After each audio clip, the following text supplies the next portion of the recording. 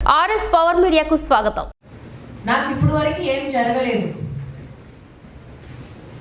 ఇప్పుడు వరకు జరగలేదంటే ఇంకా జరగదని ఎక్కడైనా రాసి పెట్టి ఉందా?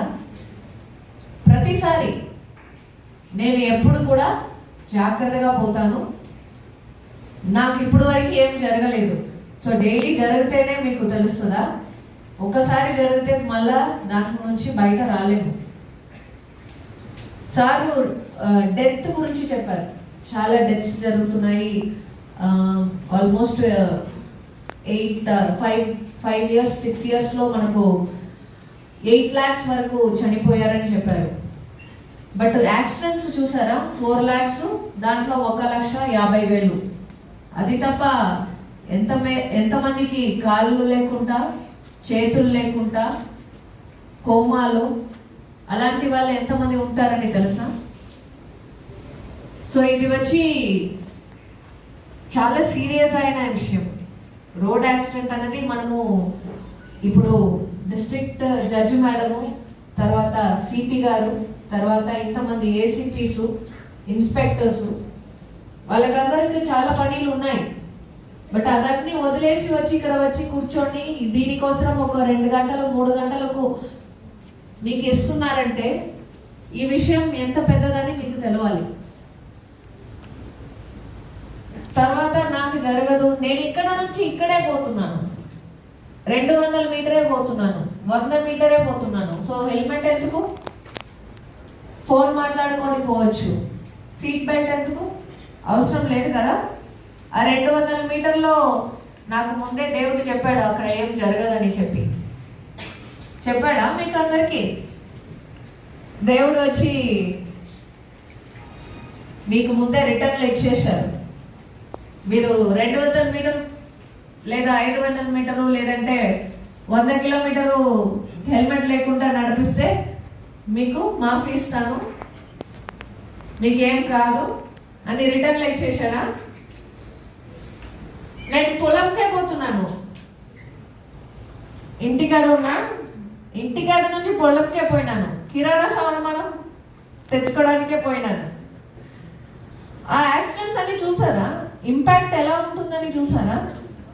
ఇంపాక్ట్ అయిన తర్వాత ఏది పోయి పడుతుందని చూసారా? ఫస్ట్ మన శరీరంలో ఏ భాగం పోయి రోడ్డుకు పడుతున్నాయని చూసారా? ఏది పడుతుంది? తలనే పడుతుంది. And head is very very very sensitive. Me brain పని చేయలేదంటే ఏమీ పని చేయదు. బ్రెయిన్ డెడ్ అని చెప్తారు కదా, చాలా మంది వింటుంటారు. బ్రెయిన్ డెడ్ అయిందంటే వేరే భాగం మన శరీరంలో ఏది పని చేస్తే కూడా బ్రెయిన్ పని చేయలేదంటే పని చేయదు. అంటే CPU లాగా కంప్యూటర్లో ఐ థింక్ అంత ఇది ఉంటాయని తెలియలేదు. మేబీ మన కంప్యూటర్లో మదర్ బోర్డ్ లాగా, చిన్న మదర్ బోర్డ్ లాగా అది పని చేయలేదంటే ఏం పని చేయదు. సో బ్రెయిన్ పని చేయలేదంటే శరీరంలో ఏ ఆర్గన్ కూడా ఉండి వేస్టే. సో ఆ బ్రెయిన్ ఎవరికైనా తల ఐరన్లో చేస్తున్నారా? ఏంటి? ఎవరెవరు హెల్మెట్ వేసుకోవట్లేదంటే వాళ్ళకి ఐరన్లో వేసుకున్నారని మీరు అనుకుంటున్నారో ఏమో. అందరికీ పగిలిపోతుంది, ఎక్కడ పడితే పగిలిపోతుంది. 100 మీటర్లు పోయినప్పుడు మీరు ఆపోజిట్లో వచ్చిన వ్యక్తియో లేదు కుక్కనో లేదు పిల్లినో లేదంటే ఏది రాదని అనుకుంటున్నారా? పడిపోరని అనుకుంటున్నారా? పడిపోతే అంతే, తల పోతుంది. తల పగిలిపోతే తలలో చిన్న క్లాట్ వస్తే కూడా, ఏదైనా ఒక్క భాగంలో చిన్న క్లాట్ వస్తే కూడా మీ ఆర్గన్లో ఏదో ఒక ఆర్గన్ పనిచేయదు. కిడ్నీయో లేదంటే లివరో లేదంటే ఏదైనా ఒక భాగం పనిచేయదు. చేయి కాలు కూడా పనిచేయదు ఒక్కొక్కసారి. సో తల అన్నది చాలా ఇంపార్టెంట్. అంటే మన దేశంలో, భారతదేశంలో మన వీడియోస్లో కూడా చెప్పారు, చాలా ఎక్కువ ఎవరికి యాక్సిడెంట్ అవుతుంది? టూ వీలర్ అతను. మనం అనాలిసిస్ చేస్తే కూడా ఎన్ని డేటాను తీసుకొని అన్ని చూస్తే కూడా ఎవరికి ఎక్కువ యాక్సిడెంట్ అవుతుంది? టూ వీలర్ అతనుకు. అన్ని ఇంట్లో ఏముంటుంది ఎక్కువ? అందరింట్లో ఖచ్చితంగా టూ వీలర్ ఉంటాయా లేదా? అందరింట్లో కార్లు ఉంటాయో లేదో? అందరింట్లో ఖచ్చితంగా టూ వీలర్ ఖచ్చితంగా ఉంటాయి. సో మన ఊర్లో మొత్తం టూ వీలర్ ఖచ్చితంగా అందరి దగ్గర ఉంటాయి. సో టూ వీలర్ ఉన్నప్పుడు ఎక్కువ ఎవరికి వచ్చి యాక్సిడెంట్ అవుతుంది? టూ వీలర్ అతనుకు. సో టూ వీలర్ అతను నడిపిన అతను ఏమేమి పాటించాలి? ఖచ్చితంగా హెల్మెట్ వేసుకోవాలి. తర్వాత ఇంకొకటి, హస్బెండ్ వేసుకుంటాడు, వెనక ఉన్న వైఫ్ వేసుకోడు. ఎందుకు? వైఫ్కి ఏంటి, అదే చెప్పినట్టు వైరల్లో చేసి ఉంది కదా. మగవాళ్ళకి మగవాళ్ళకు బ్రెయిన్ హెల్మెట్ కావాలి, ఆడవాళ్ళకి అవసరం లేదా? ఖచ్చితంగా కావాలండి. ఇది అని జోక్ లాగా ఉంటుంది, బట్ ఇది జోక్ కాదు. మన సార్ చెప్పినట్టు 8 లక్షల కుటుంబాలు ఫినాన్షియల్గా ఎంత బాధపడుతున్నారు, ఎమోషనల్గా. ఇప్పుడు మన ఇంట్లో ఒకరు చనిపోతే ఎంత ఎమోషనల్గా మనము బాధపడతాము. ఫినాన్షియల్ అనేది డిఫరెంట్ అండి. ఓకే, ఒక ఇంట్లో ఒక మగవాడు చనిపోయారంటే చదవడం నుంచి అన్నీ ఆగిపోతుంది. పిల్లలకి వైద్యం చేయడానికి, చదవడానికి అన్నీ ఆగిపోతుంది. అలాగే ఈవెన్ మగవాళ్ళు చనిపోతే కూడా ఆ ఇంట్లో ఒక ఇంట్లో మగవాళ్ళు లేకుండా ఆ ఇల్లు మంచిగా ఉండడానికి సాధ్యమే లేదు. మంచిగా తీసుకుపోవాలంటే మగవాళ్ళు కావాలి, అమ్మ కావాలి, నాన్న కావాలి, ఇద్దరు కావాలి. సో ఇదన్నీ కావాలంటే మనము ఖచ్చితంగా ట్రాఫిక్ రూల్స్ పాటించాలి. అది 100 మీటర్ పోతే, 200 మీటర్ పోతే, 1 కిలోమీటరో 2 కిలోమీటరో మీరు ఎంత మంచిగా నడిపిస్తే కూడా ఖచ్చితంగా ట్రాఫిక్ రూల్స్ పాటించలేదంటే మన ఫ్యూచర్ అనేది చాలా బ్లీక్గా ఉంటుంది. మనమేమి నిర్ణయం చేయము. యాక్సిడెంట్ అంటే మనకు తెలియకుండా జరగడం యాక్సిడెంట్. సో మనకు అన్నీ తెలిసి ఉంటే మనము ఇప్పుడు వచ్చి అది పాటించాలని కూడా చెప్పము.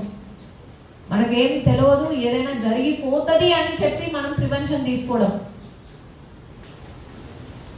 షుగర్ వచ్చేస్తుందని మనము టైంకు తినాలని అనుకుంటాం కదా, అలాగే ఇది కూడా ఏదో రోగం వచ్చేస్తుందని చెప్పి మనము ఎంత ఎక్సర్సైజ్ చేస్తాము,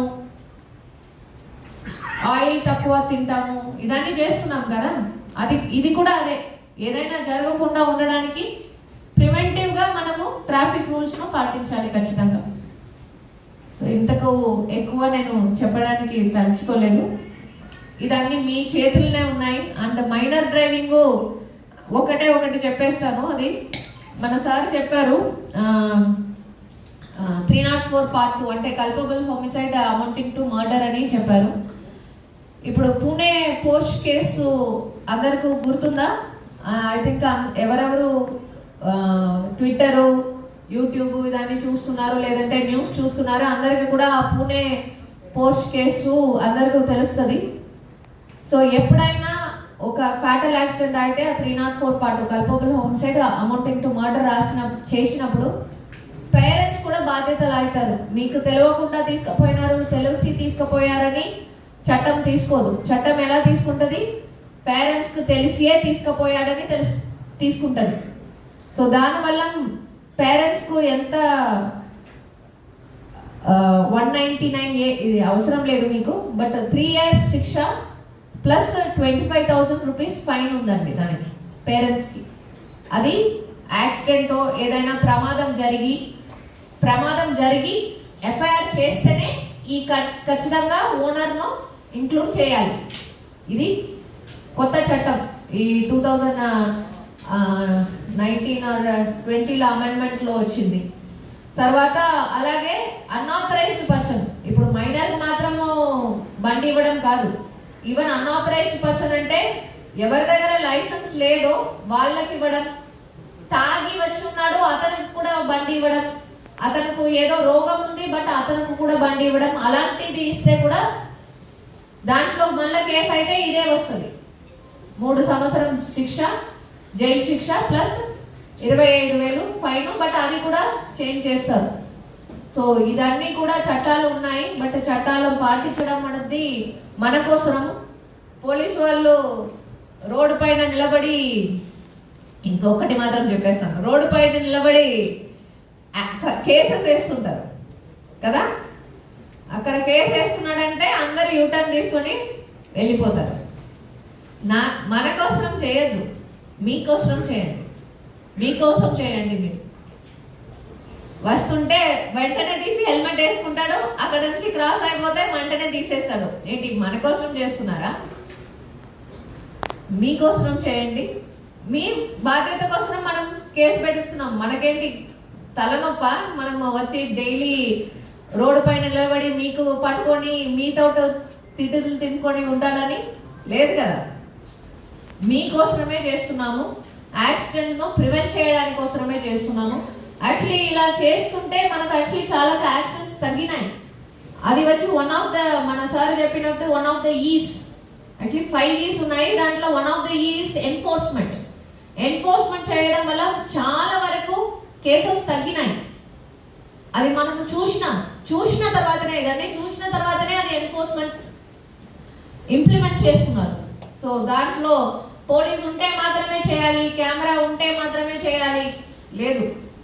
మీరు ఎప్పుడు మీరే చేసుకుంటారో అప్పుడు మీరు మంచి పడతారు. థ్యాంక్ యూ అండి, ఇది ఈ ప్లాట్ఫామ్ ఇచ్చిందికి. I was grateful to district judge madam and